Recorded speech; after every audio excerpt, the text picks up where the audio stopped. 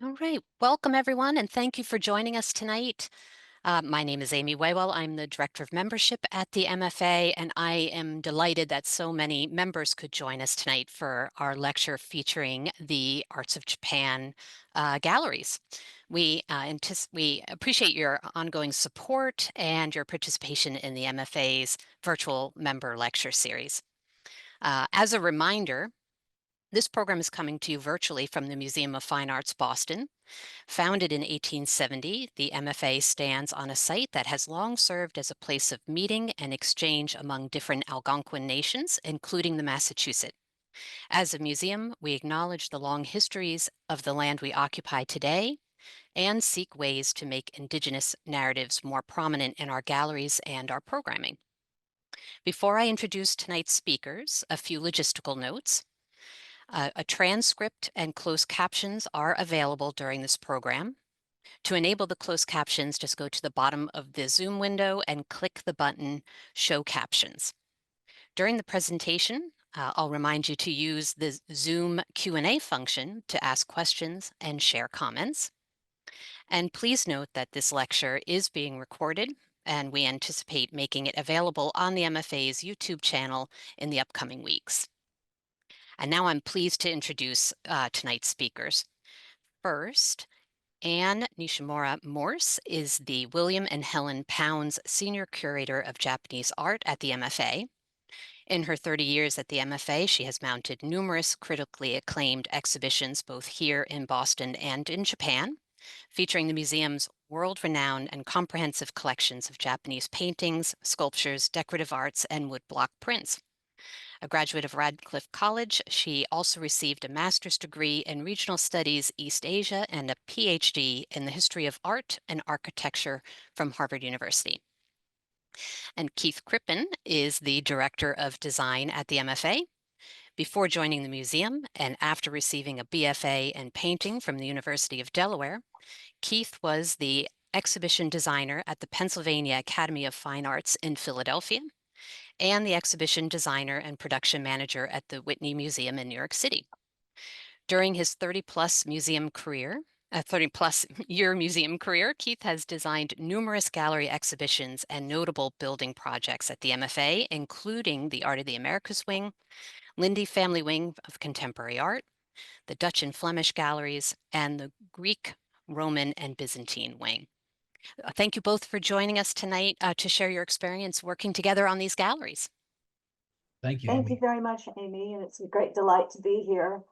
I'm going to start off, and Keith and I are going to go back and forth this evening, sort of relaying our different perspectives on our experience with these galleries. And I'll start off by just telling you a little bit about the Japanese collections at the MFA.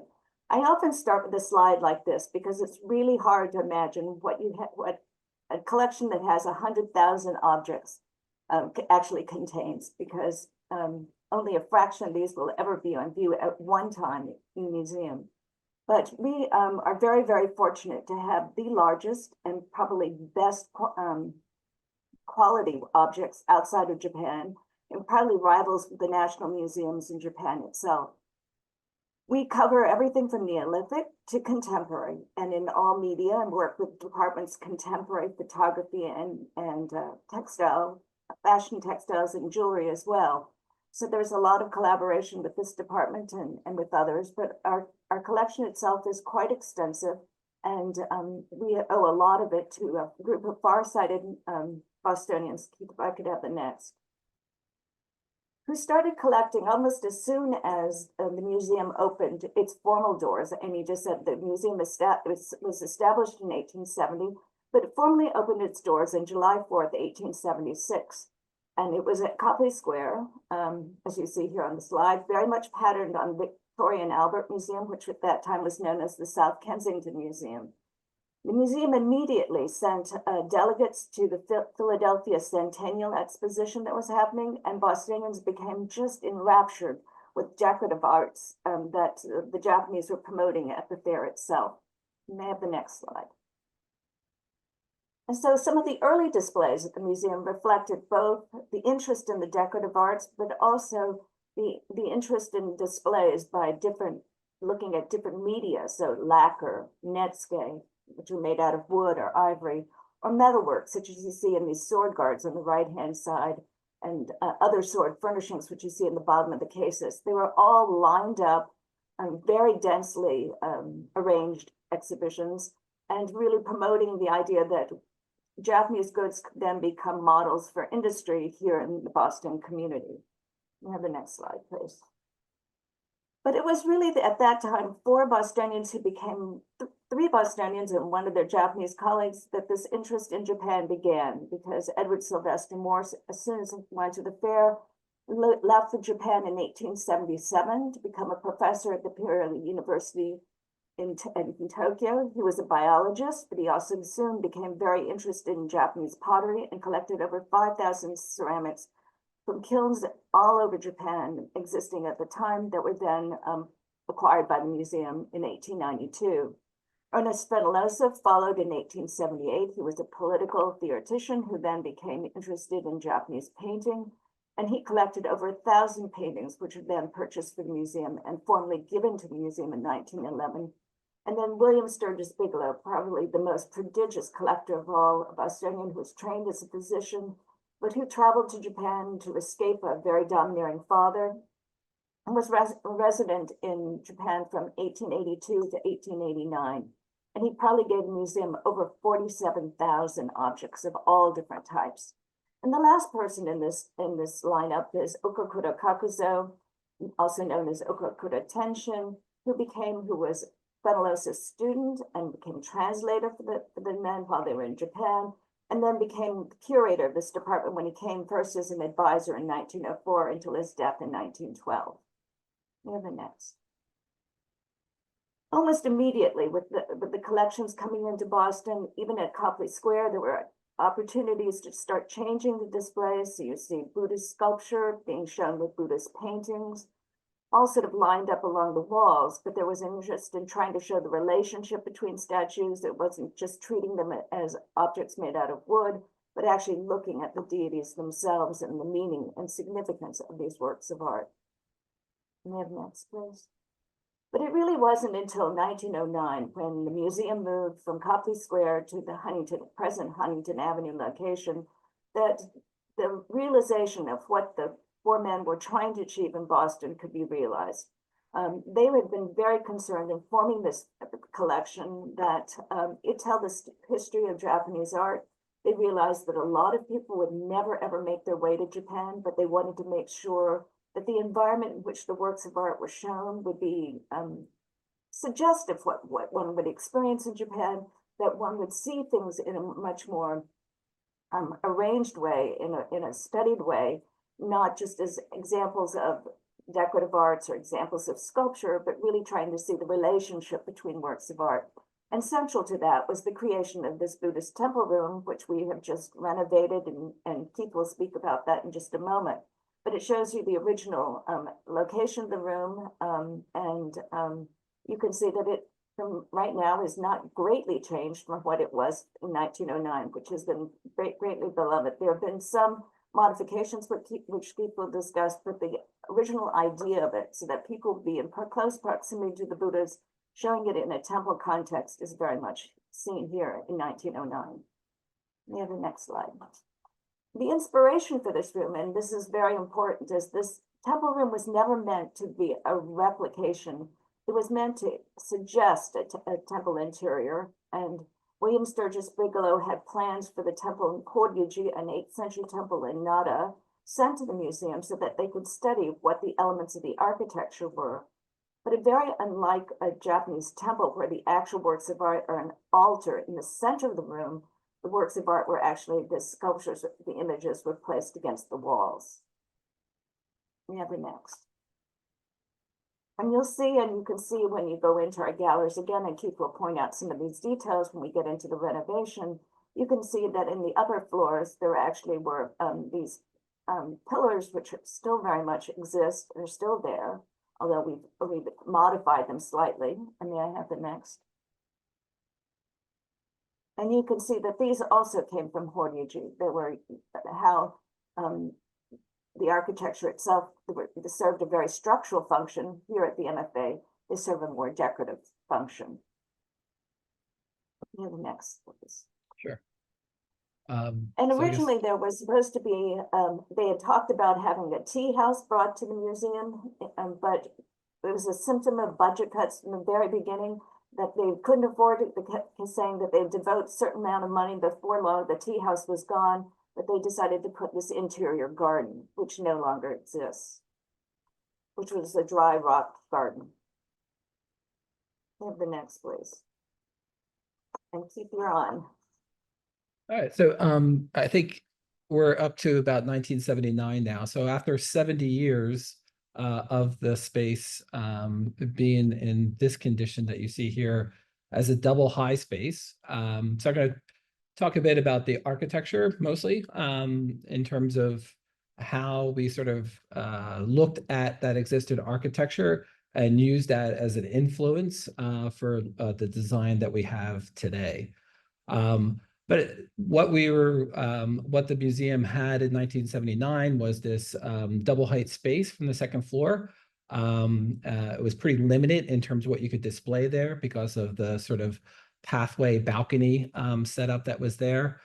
So the decision, and also with the previous slide, the garden was a bit isolated. It wasn't nearly as glorious as it was in 1909. It also, I think there were plans afoot to move the garden outside.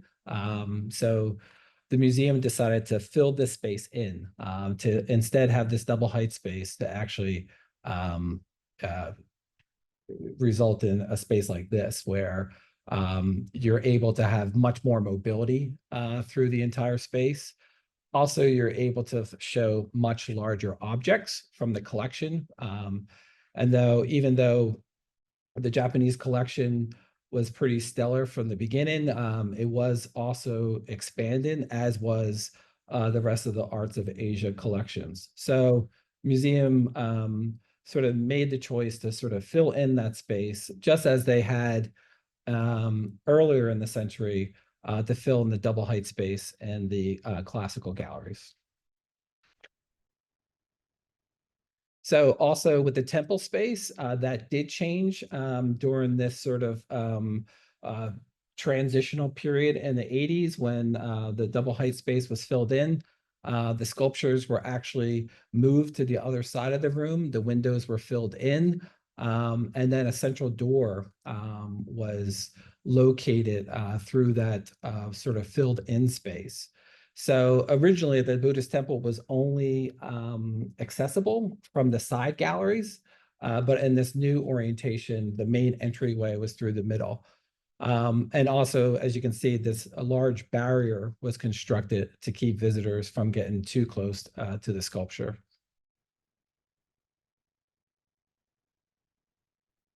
So this is as we progressed into the new millennium. We actually were starting to experiment in design with glass and steel cases. So to sort of went away from those large platforms with the screens on them and tried to create a space that was more varied in terms of like what you could show there. One of the initial installations was mostly screens, but you can see over there on the left hand side of the slide here that there are some hand scrolls. So these cases served us pretty dutifully for, in 9 or 10 years, but it definitely felt like there was more to do with this Japanese collection spaces. And more importantly, what we realized too was that these cases sort of didn't really celebrate the architecture of this space. They sort of were a bit more confrontational than we wanted to be. So as part of this whole design process, which we're going to segue into now, kind of left the sort of architectural history of the space, and now kind of looking at what we could do with this space going into the future and how that better serves the collection. So Anne, you want to take over from here? Well, we began planning in 2016, thinking how could we reimagine the spaces? And one of the first ideas in talking to Keith was, let's make this front area a sculpture court, and we would take all of the sculptures that are currently on the side galleries and bring them in here into the center, which would allow the full use of the pillars behind it, sort of create that whole sense of a temple structure, or suggested temple structure, as we had seen in the corridor at Horyuji. But with the decision to make to renovate first the temple room because of some climatic needs, and then this gallery 280, which is the present large renovated gallery, we changed our thinking, and we moved to the idea of using this room as an introductory gallery, because we will be approaching renovation in different phases, and this allowed us to then bring in works of art that hadn't been seen at the museum for long periods of time, different kinds of works, as well as highlight what, try things out for the future and see what things people really responded to, and also to introduce some basic concepts of the idea of how to look at Japanese art, because I often find that people feel very sometimes nervous about being around Japanese works of art because they don't know how to approach them. And I find that it's a matter of, people feel like sometimes there's a wrong way and a right way of looking at things. And what we'd like to make clear in this introductory section is that actually it was one, as soon as one feels comfortable and dismisses some kinds of preconceived Western notions of what reality is, then actually it's quite easy to understand and quite easy to appreciate Japanese works of art. So those are some of the things we wanted to make sure that we introduced in this new gallery. So in design, form follows content. That's kind of what we sort of always tell ourselves, that it starts with a plan. It starts with a list of objects. It also starts working with great curators like Anne to really get to the sort of base ideas of what we want to do. So this idea of having this introductory gallery was super important for us to start sketching, basically. So this is just a couple of different modeling exercises that we do, using different software to really kind of figure out the physical space. So not just to sort of draw out plans and elevations, but really sort of model the space, since it's such a sort of art physical experience for folks as they go through the spaces. So this was some of the initial sort of sketches that we did to sort of figure out how we could, really effectively introduce the space to the Japanese collection. So as you can see, in the next slide, it starts to get a little more fleshed out with objects. You're starting to think about how the objects are going to relate to each other. What are the stories that we're telling? What are the ideas that sort of back up the narrative? So really starting to sort of section off this large space to create 3 distinct sections from this overall large space. And that's sort of all this the sort of connected tissue in terms of the design was this idea of a ribbon that runs through. As you can see, the ribbon is sort of this valance that sort of goes through the space. But as Anne said before, just as importantly, is to kind of retain the architecture, the existing architecture of the space as well. Not to dismiss that, not to go back to how the glass cases in the early aughts sort of kind of were in a little bit of confrontation with the existing architecture. So instead of trying to sort of run away from it, we definitely decided to sort of receive the architecture. So inside the display cases, you'll see we sort of had the columns integrated within them. So instead of trying to cover things up, we tried to bring them in.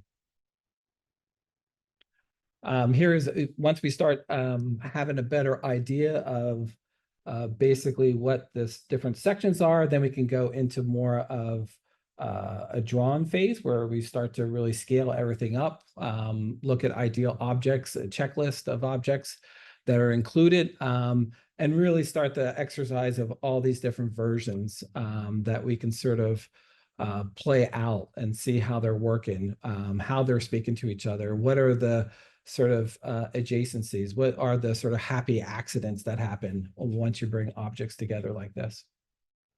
So as you can see, still retaining this idea of theater, the no theater in the beginning, but also starting to flesh out from that introductory space, what goes in the middle and what goes in the back.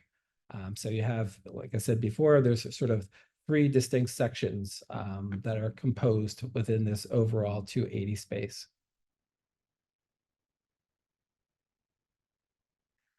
So after we really sort of start to sort of winnow down the checklist, figure out what are the priorities, then we can start going into rendering some of the spaces to really figure out beyond the modeling, beyond the plans and elevations, and see how everything fits together, how everything sort of harmonizes, what is working, what isn't, you know, where certain components are, even starting to think about media, where the media components can be displayed, what kind of stories they need to tell, because those are, you know, as with everything, there's some very long lead time. So we're really thinking about this years ahead of opening the space. And again, here's another a more resolved rendering showing the central painted space. There was, for a time, we thought we would actually include a case in the middle. So showing that, you know, there's some ideas that don't pan out that we decided to not pursue a case in the middle, to instead just leave the painted space unencumbered with anything in the middle.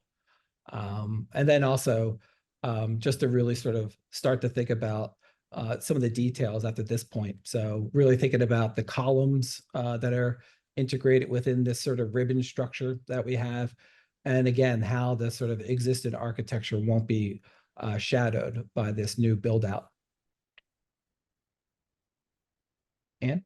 One of the things just before moving on to this section, I just wanted to mention, as you notice in Keith's design, that we have really broken the room up. I mean, the ribbon has provided the continuity, but the spaces themselves, as he mentioned, are these 3 large spaces, but they're all very intimate.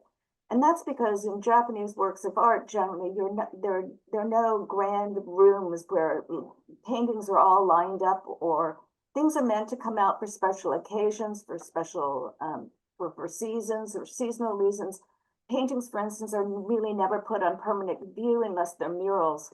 So it allows, by creating these more intimate spaces, we're allowing people to see things much more in the context that they would have in Japan itself. And it's more of an idea of creating ensembles and creating special moments that we'll talk about in just a second.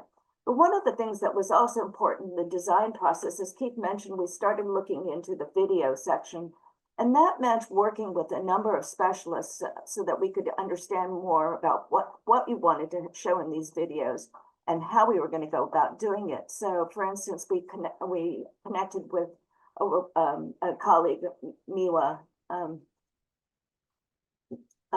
Mayo in New York City, who is a specialist in No. And Maya was so great about explaining the No theater to us, the movements of the No, really going into detail. And from that, we began to then look at our main structure and really sort of fine tuning all of it so that we made sure that the works of art themselves were in consonance with the theatrical performance that we'd be showing on the video screen itself. The next, Steve. So as you can see, this is even more resolved. This is close to the sort of final design for the space. And this is where we start developing the construction documents. So these are the sort of, at this stage, we're starting to work with local architect, Anne. Architects used to be Anne Beha, and also a contractor.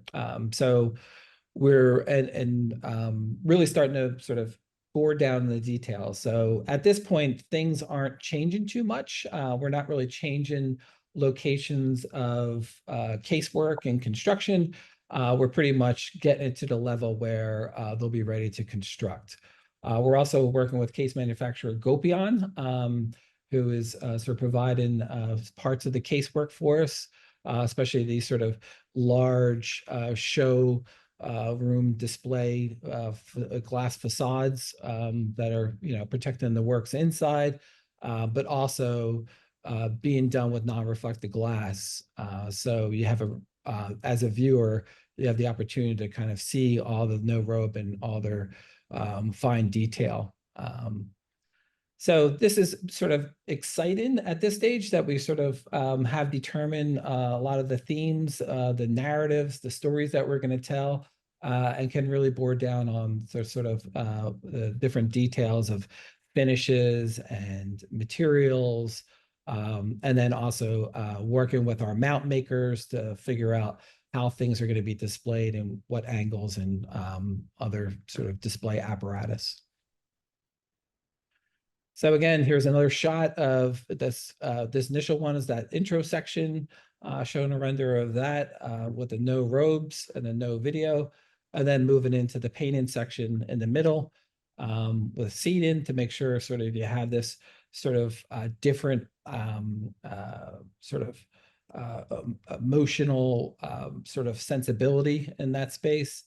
And then moving into the back section where we have the tea room setting there. So that's all reflected on this floor plan showing the different sections that visitors can travel through. So as with the No Theater, we also were producing a video on the tea ceremony itself and consulted with a number of people.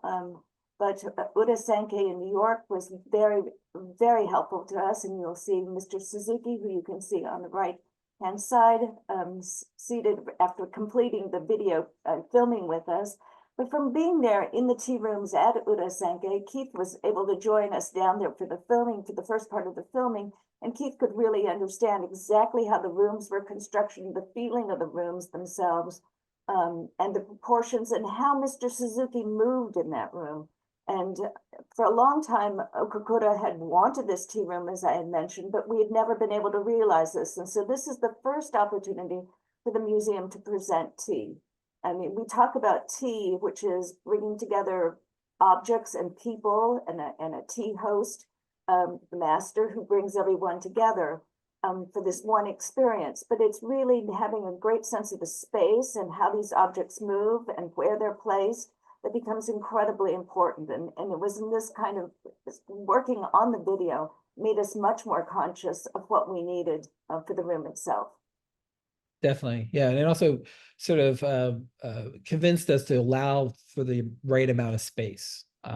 Because I think, looking at other variations of this in other institutions, they're fairly limited. So this is actually giving us a nice flexible space to sort of change with the seasons. And the tea room does change with the seasons, which is we are changing our tea space every 6 months. So at this, we were sort of haven't really been talking about the Buddhist temple space. So just kind of go over a little bit in terms of the improvements there. The existing architecture is pretty fantastic. It's fabulous. So we didn't want to sort of change that too much. So mostly what we wanted to do, like that sort of slide showed earlier, where there is a sort of healthy barrier, which you can see right here on the slide on the left, or the image on the left of the sculpture there. We wanted visitors to be able to get much closer to the sculptures. Since we went through this lengthy conservation process, we wanted people to appreciate how great these sculptures look now. So we basically tried to sort of design an extension of that existing 1909 platform, and then integrate lighting within that, so it's not so obvious, but it's also very useful in terms of lighting the sculptures. We also installed lighting on the beams above to come down on the sculptures. The previous lighting was really just sort of coming up on the sculptures instead, so we have multiple angles now that we can light the sculptures from. And also the sort of space itself, as you can see, is pretty modest in terms of these additions. You can see the sort of highlighted part here on the top part of the slide, and then some of the details of what that extension was. So pretty modest. It doesn't extend the platform terribly much, but it definitely provides that level of security that we're pretty comfortable with, in terms of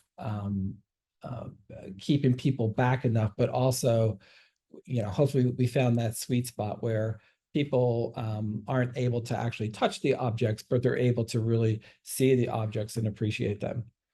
And also sit back. So we did actually install some cushions here. So realizing that it's a great meditative space. So we didn't want to change that from its previous incarnations.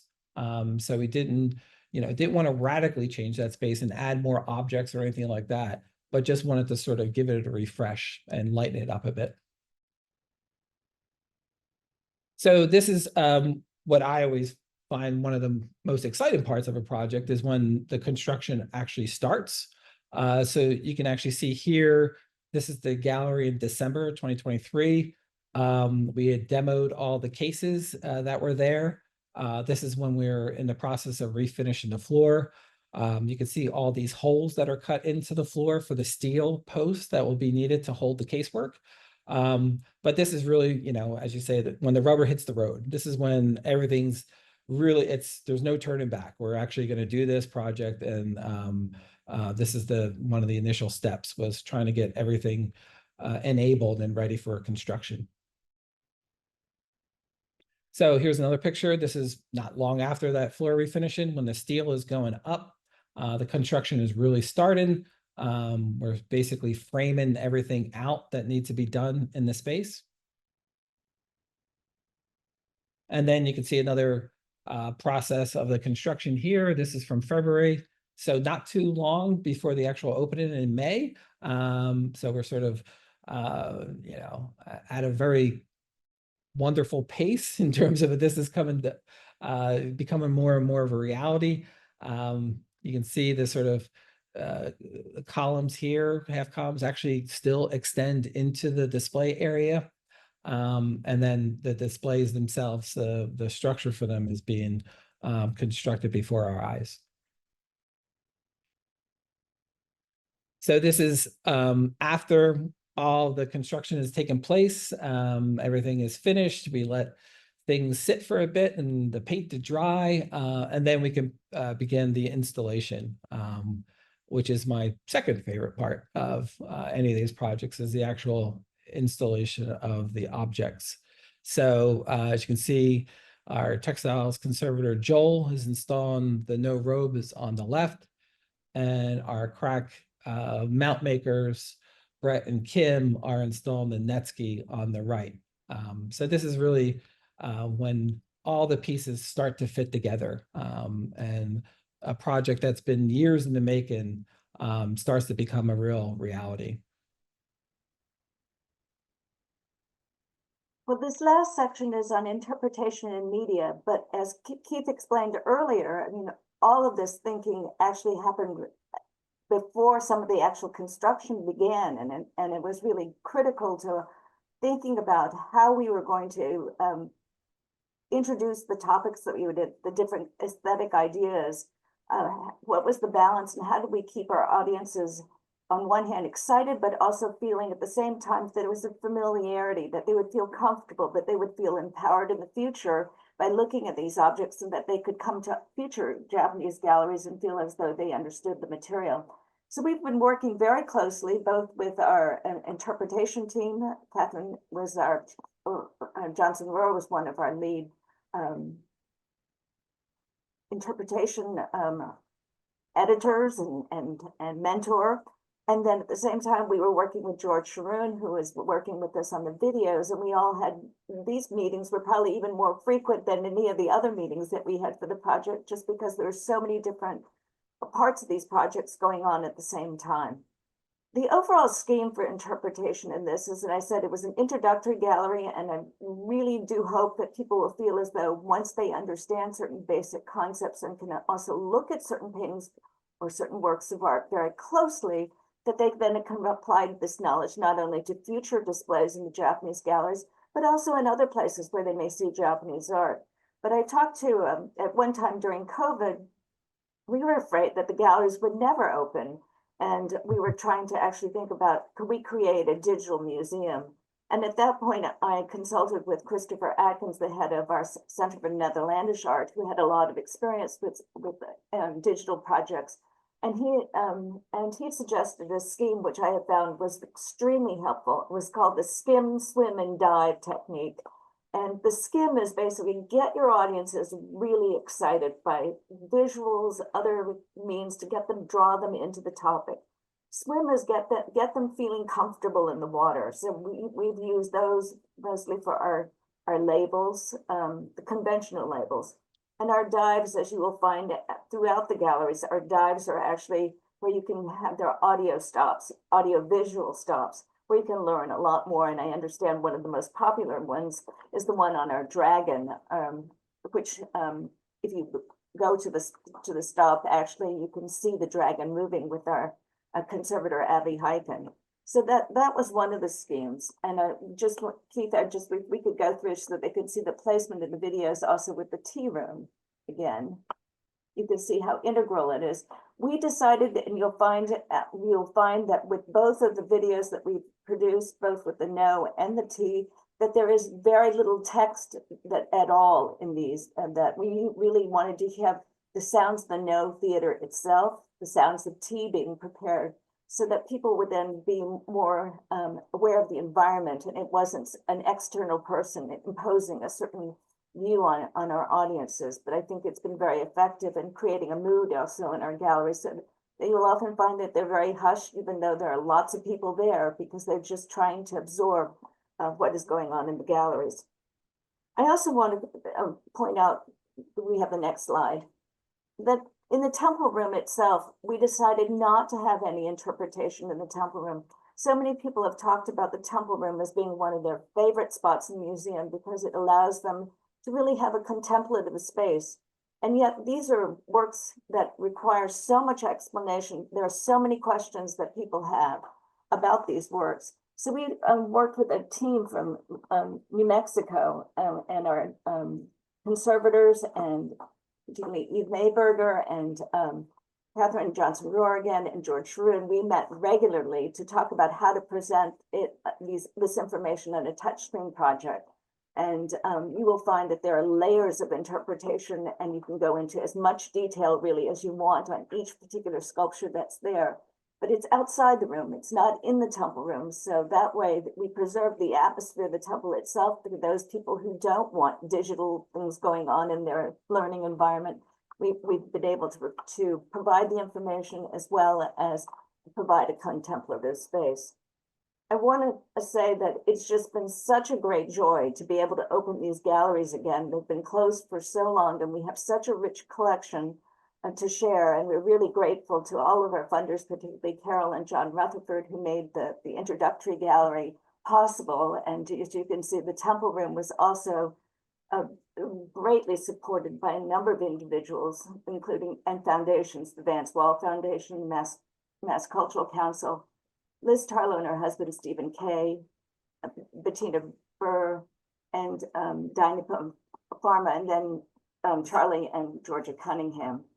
I also want to say that it's sort of ironic, tonight we're addressing you digitally. If you were here at the museum, Keith and I would be scratching our heads and going, what do we do now? Because right now the galleries are actually being, we're having a rotation right now. And so if you were to come to the galleries after the lecture, you would find that you couldn't get in.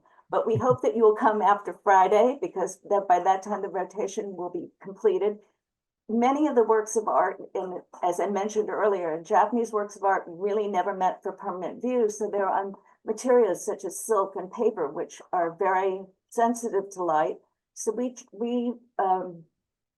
do rotate our galleries every 6 months, sort of a regular rotation, one in November and one in May.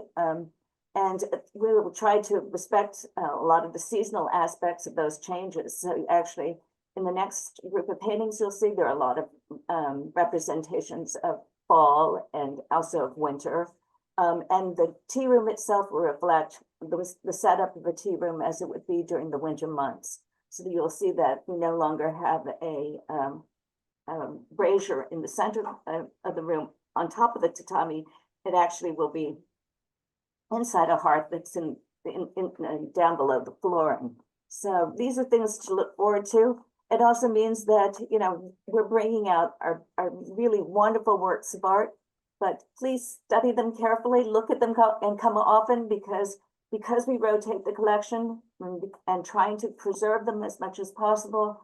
We really do only have them out for 6 months, and then they usually go back to storage for at least 5 years. So it allows us to bring new treasures out from our storages and give everyone a turn. So thank you very much for joining us, and we'd be glad to take any questions. Thanks.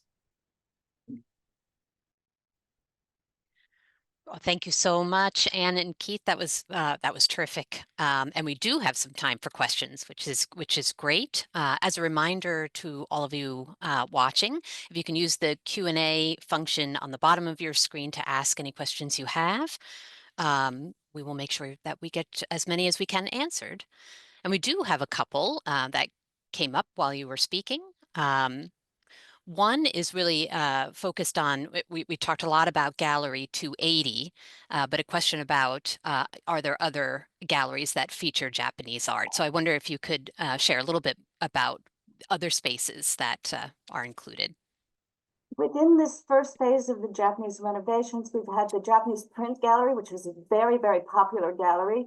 And that one is actually open because we completed the rotation on Monday. And so for those of you who are interested, my colleague Sarah Thompson has put a selection of Japanese prints centering on the tale of Genji, which is considered by many to be the world's first novel written by a woman, Lady Murasaki, and Murasaki Shikibu, and she has looked at it through our prints, both from many different print artists. So that is one gallery that is open already. And then 2 of our Buddhist galleries are also open, the ones that have some of our finest works of Buddhist sculpture, so that you can closely examine them, and many of them actually walk around in 2 other galleries right now. Terrific. We have a question specifically about the no robes. Will it be possible to see the back, or I guess was there any consideration about displaying the back of the robes? The no robes actually are shown with their backs to the viewer and not the front. And one of the reasons being is that is a traditional way of showing textiles in Japan, because the back is considered where you have like an unbroken canvas, whereas the front, you have the front and tucking the different sides overlapping each other, so you don't get the same contour as you do with the unbroken sort of canvas of the back. Yeah, we also have the video, which is pretty fabulous. That gives visitors or viewers a chance to sort of see a no actor being dressed, being sort of made ready for the stage. So that kind of gives you a little bit of a behind the scenes look, but not the actual, that is not a robe that's on display, but it still sort of gives you a sense on how those robes were used as well. Mm-hmm. Terrific. We have both a question and a comment about having a great presentation and noting really loving the compression and expansion of spaces as you progress through the new galleries. So all of that intention that you thoughtfully put in place. Can you speak a bit about how the wall color was chosen? And did you consider historic Japanese architecture or finishes as a precedent? I'm For going to say something a little bit about the historic things about the gallery, and then Keith, if you don't mind, talking Mhm. about how the current um, decisions were made.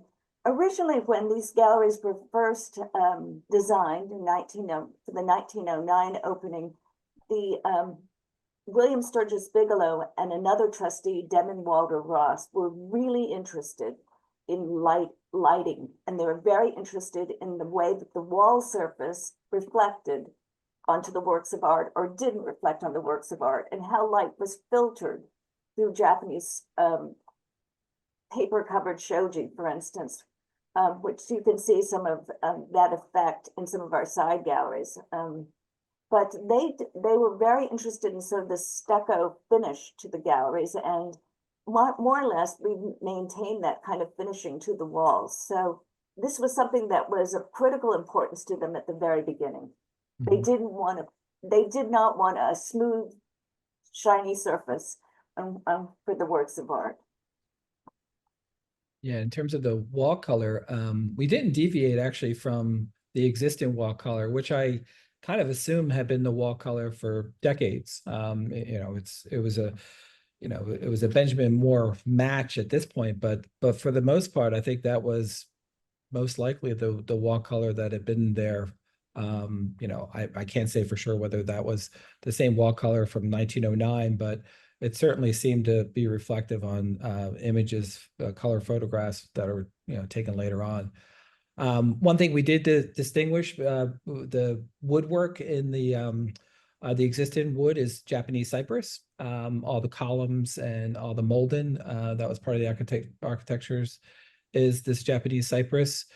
We did want to distinguish. We didn't use the same stain and wood for the new displays, so we want to sort of not sort of try to replicate it, but just have it sort of be its own thing. And then that was stained with a much lighter shade than what's existing.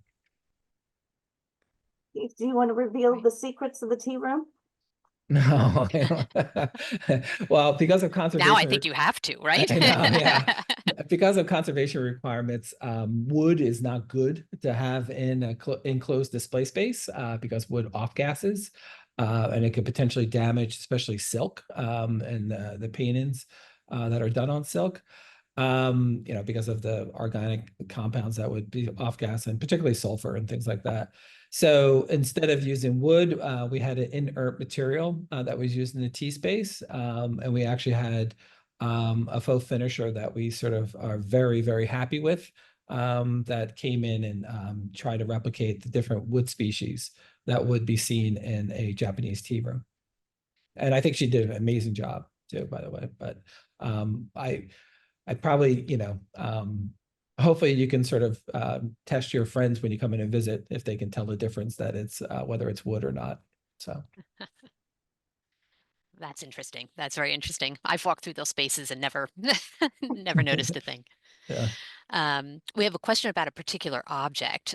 Will the hand scroll of the storming of the Sanjo Palace be on view in the near future? Something very particular. Um, that particular hand scroll is one that will go on view in the future, but is not scheduled for this current rotation.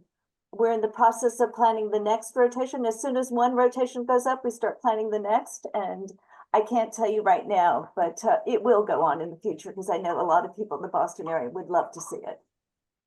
That's good news.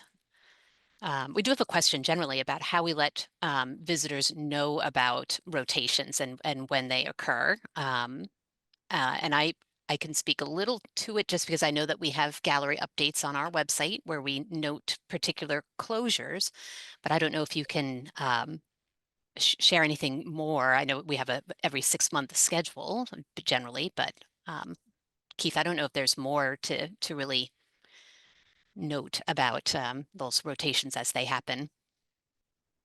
Yeah. Yeah, they're definitely they're sometimes not so um, uh, you know, calendar. Like, I mean, Yeah. we have so many different things going on in the museum. It's hard to sort of pinpoint a date too far ahead of time. But we definitely, try to keep that 6-month rotation pretty exact. But whether or not we can sort of with pinpoint accuracy say, oh, it's going to happen on this particular week 6 months ahead of time. We try, but it's not always works out that way. So it's hard to sort of make that information public. Right. A question again about the tea room, wondering if there are any upcoming events in the tea room or anything being planned around specifically for educators. I don't know how far in advance we might plan something.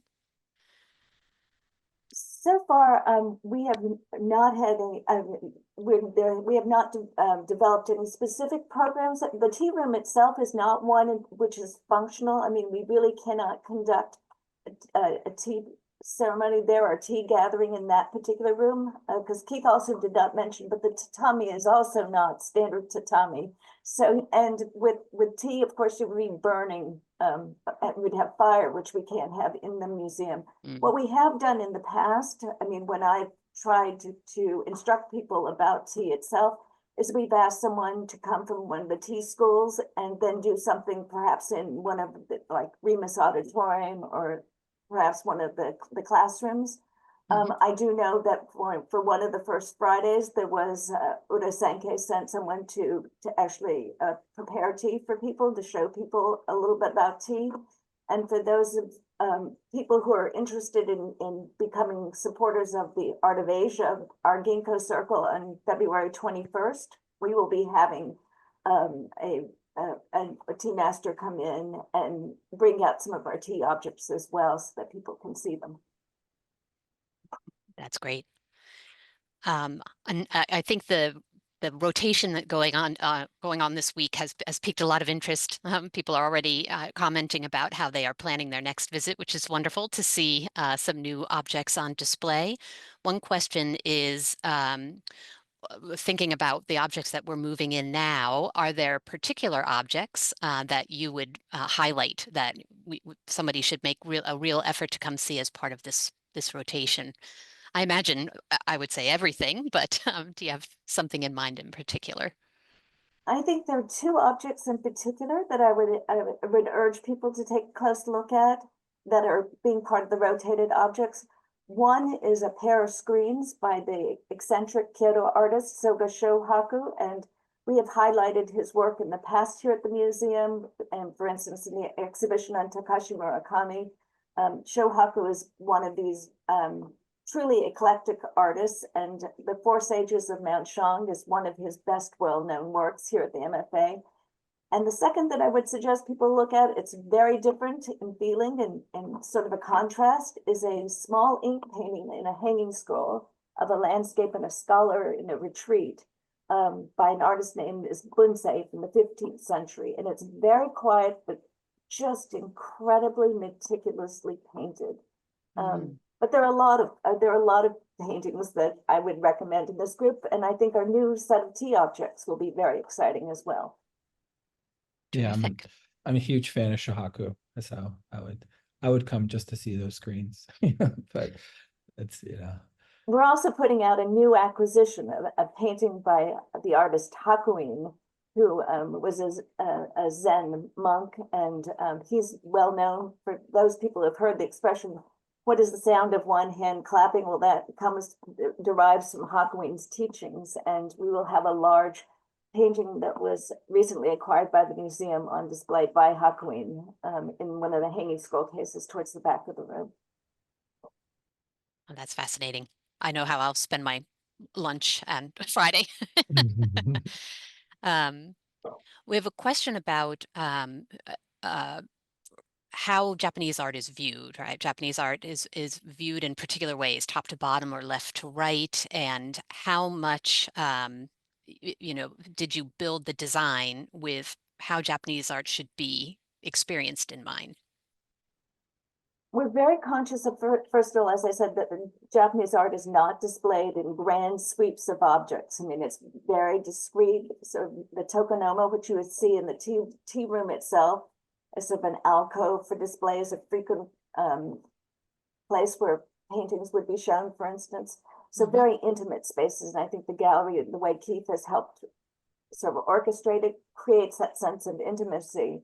I think the other thing about the galleries is that we are conscious of the fact that in Japan, you would be often seated on the floor to look at objects. So we do not hang our objects at floor, for someone seated on the floor, but we are conscious of where people would be in proportion to the floor. Yeah. So sometimes you'll find that our paintings are actually a little low for, if you look at Western paintings, they seem a little lower, but that's taking into account just sort of the viewpoint of who's looking at the work of art itself. Yeah. So our screens are also very much, they're not high up, and they're certainly shown in Japanese fashion, accordion fashion, and not trying to keep those proportions in mind. Yeah. So like even like Anne said, the screen cases, which are in that middle section, and they're designed specifically for screens. Their display height is higher than the paintings cases, with that idea that you would be sitting on the floor to see those screens. And also the other cases just gives us more flexibility to show different objects by having a lower display height. This is the case interior display height, not the actual object display height. So terrific. I think maybe we have time for one last question, which is about our collection of swords. Is there any intention in the future to display our collection of Japanese swords? Right now, our swords are rotated as well. Steel, it would seem like a material that would not be light sensitive, and it's not light sensitive, but it is moisture sensitive. And therefore, our swords are rotated so that we can make sure that they're properly dusted and cleaned.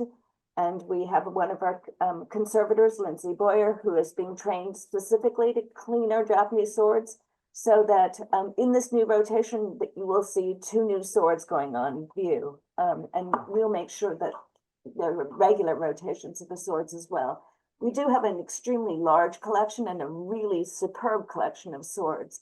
But in this initial display, we're only putting out 2 at a time. We're hoping that in future spaces of the renovation, we'll have more room to dedicate to other parts of the collection, including the sword collection. Terrific. Something more to look forward to as we move forward. Well, I want to thank you, Anne and Keith, for joining us tonight for a really fascinating look at these reimagined galleries. They are spectacular. If you have not made a trip to the museum yet to see these galleries, or you're interested in seeing what gets rotated in this week, I really encourage you all to come to the museum. Of course, as MFA members, these galleries are available to you every day as part of your free member admission. And I want to thank everyone again for joining us tonight, and we look forward to welcoming you again for a future virtual lecture and in the galleries soon. So have a good night, everybody, and thank you again. thank you. Thanks Thank for the you. opportunity to speak to you. Absolutely. Thank you. Bye-bye.